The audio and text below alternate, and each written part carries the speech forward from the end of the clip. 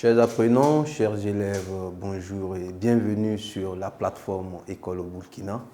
Moi, c'est Zida Herman, professeur de sciences de la vie et de la terre. Alors, ce jour, nous allions continuer avec notre programme, le programme SVT de la classe de 4e. Il faut dire que la séance passée, nous avions abordé un grand chapitre, voilà, les roches exogènes. Voilà, ce chapitre divisé en deux. Nous avons un grand A, les roches sédimentaires que nous avions vues. Voilà. Et aujourd'hui, nous allons aborder la dernière partie de ce chapitre, le grand B, où nous allions parler des roches résiduelles. Et l'exemple pris ici, c'est la latérite. Bien, il faut dire que l'étude des roches sédimentaires nous est amené à étudier trois grands types de roches. Premièrement, nous avions étudié ensemble, pour ceux qui se rappellent, les roches sédimentaires détritiques. En exemple, nous avons le sable et l'argile que nous avions étudié. Et deuxièmement, on a parlé des roches sédimentaires chimiques. En exemple, on a parlé du calcaire et du sel-gemme. Et en toute dernière position, les roches sédimentaires biogéniques.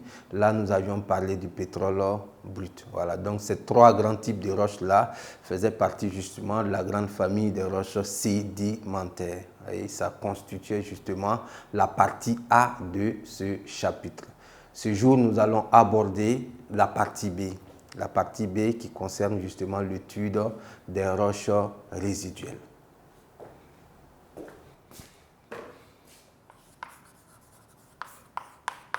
Donc, chapitre 2, les roches exogènes.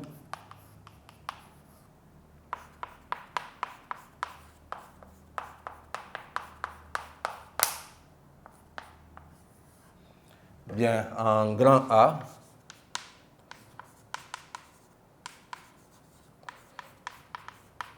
nous avons étudié les roches sédimentaires.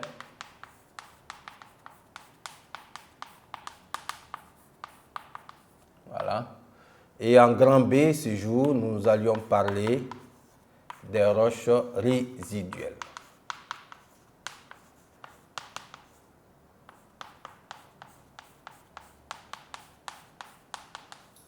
Voilà, un exemple.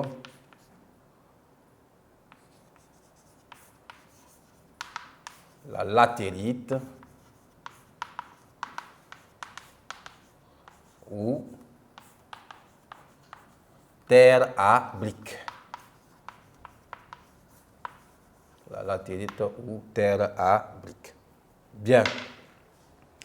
Bien, cette roche, vous la connaissez parce que c'est une roche assez répandue dans notre pays. C'est une roche qui occupe de vastes surfaces. Voilà, pour la reconnaître, il suffit que je fasse la description et vous allez naturellement reconnaître cette roche-là. Cette roche que nous allions voir aujourd'hui est très répandue dans notre environnement. Voici, je tiens justement un morceau de latérite en main. Voilà, c'est une roche en ce qui concerne sa disponibilité. C'est une roche très très disponible et c'est des roches généralement qui ne sont pas très très favorables justement à l'agriculture. Donc nous allons ensemble étudier cette roche en commençant justement par l'étude du caractère. Donc petit 1.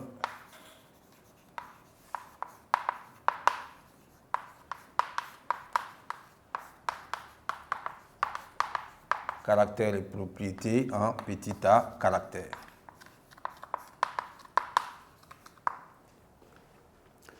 Bien, les éléments du caractère, je vais encore rappeler ces éléments-là parce que je vous ai dit depuis le début, pour l'étude d'une roche, il faut justement avoir à l'idée les éléments du caractère, les éléments des propriétés physiques, les propriétés chimiques, etc.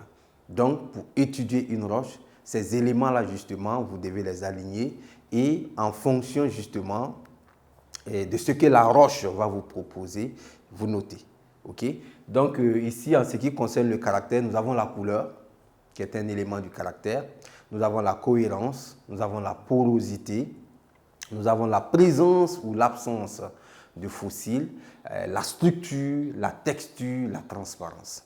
Donc, il y a tous ces éléments-là qu'il faut observer, qu'il faut voir sur la roche. Hein, leur présence ou leur absence, etc., etc.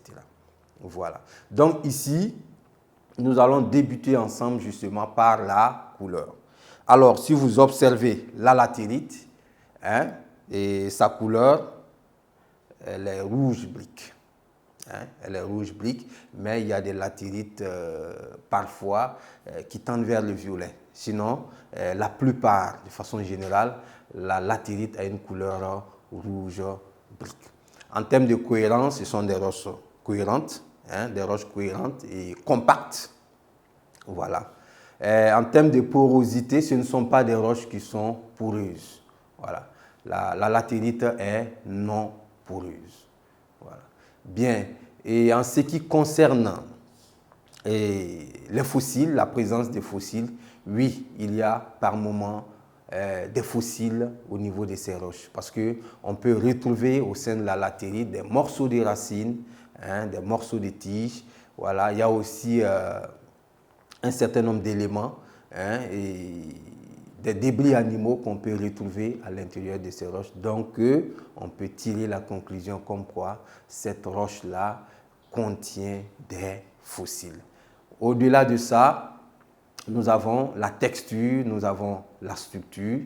Comme on le disait, ce sont des roches constituées de petits graviers. Voilà, de petits graviers liés justement par un ciment argileux. Voilà, donc en ce qui concerne la texture, je pense que ce sont des roches assez compactes, assez solides. Voilà. En ce qui concerne la transparence, ici, ce n'est pas une roche transparente parce que quand vous regardez, vous ne pouvez pas voir à travers. La lumière ne peut pas traverser, donc c'est une roche opaque. Chers apprenants, chers élèves, voici un peu résumé ce qu'on peut dire justement sur les caractères de cette roche. Chers apprenants, chers élèves, ici on peut résumer. En ce qui concerne la couleur, on dira que la latérite est une roche de couleur rouge brique, parfois violacée. La cohérence, elle est cohérente, compacte, dure en surface et tendre dans la partie inférieure. La porosité, la latérite est une roche non poreuse. Voilà. Et en ce qui concerne les fossiles, elle contient des débris végétaux et des débris d'animaux. Du coup, on peut tirer la conclusion comme quoi elle renferme des fossiles. La texture et la structure. La latérite est formée de petits grains. Quand vous observez justement cette roche-là de plus près, vous allez constater que c'est formé de graviers, de petits graviers, hein, qui sont justement liés par un ciment argileux. Voici un peu, chers apprenants, chers élèves, ce qu'on peut dire en ce qui concerne les caractères de cette roche. Bien, on passe maintenant à l'étude des propriétés.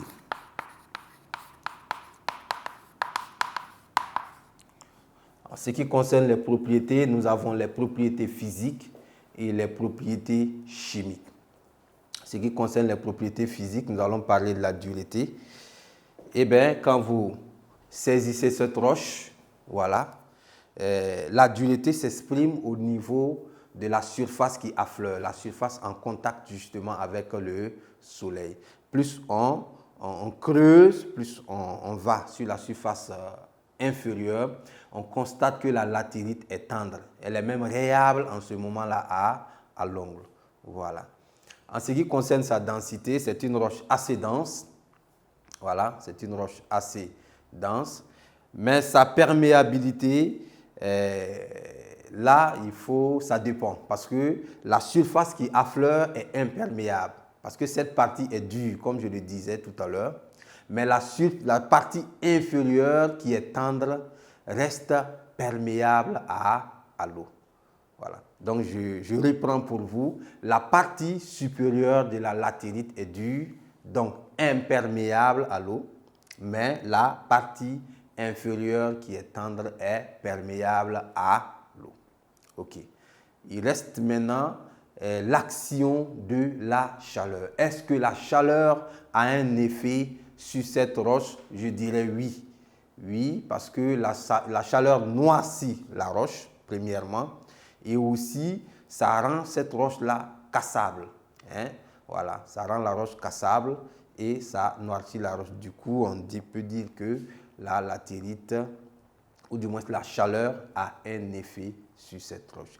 En ce qui concerne les propriétés chimiques, là, nous parlons de l'action de l'eau et de l'action de l'acide. Est-ce que la latérite est soluble à l'eau? Voici la première question. Est-ce qu'il y a effervescence dès lors qu'on verse de l'acide sur de la latérite? Pour ces deux questions, on répondra par la négation en disant que la latérite est insoluble dans l'eau. Donc l'eau n'a pas d'effet justement sur la latérite, premièrement. Et l'acide aussi n'a pas d'effet sur la latérite parce qu'il y a absence d'effervescence. Chers apprenants, chers élèves, en ce qui concerne les propriétés physiques, là, nous avons la dureté. Il est dit ici que la partie supérieure de la latérite est dure et relevée, tandis que la partie inférieure est tendre, il est même réable à longue. Ce qui concerne la densité, c'est une roche dense et lourde.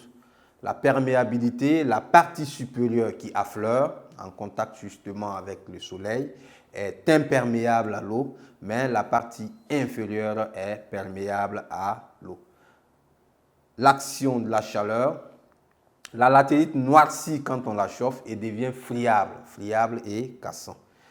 Et en ce qui concerne les propriétés chimiques, la latérite est insoluble dans l'eau et ne fait pas effervescence avec les acides.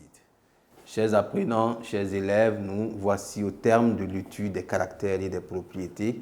Nous allons à présent passer à la composition chimique et minéralogique de la latérite.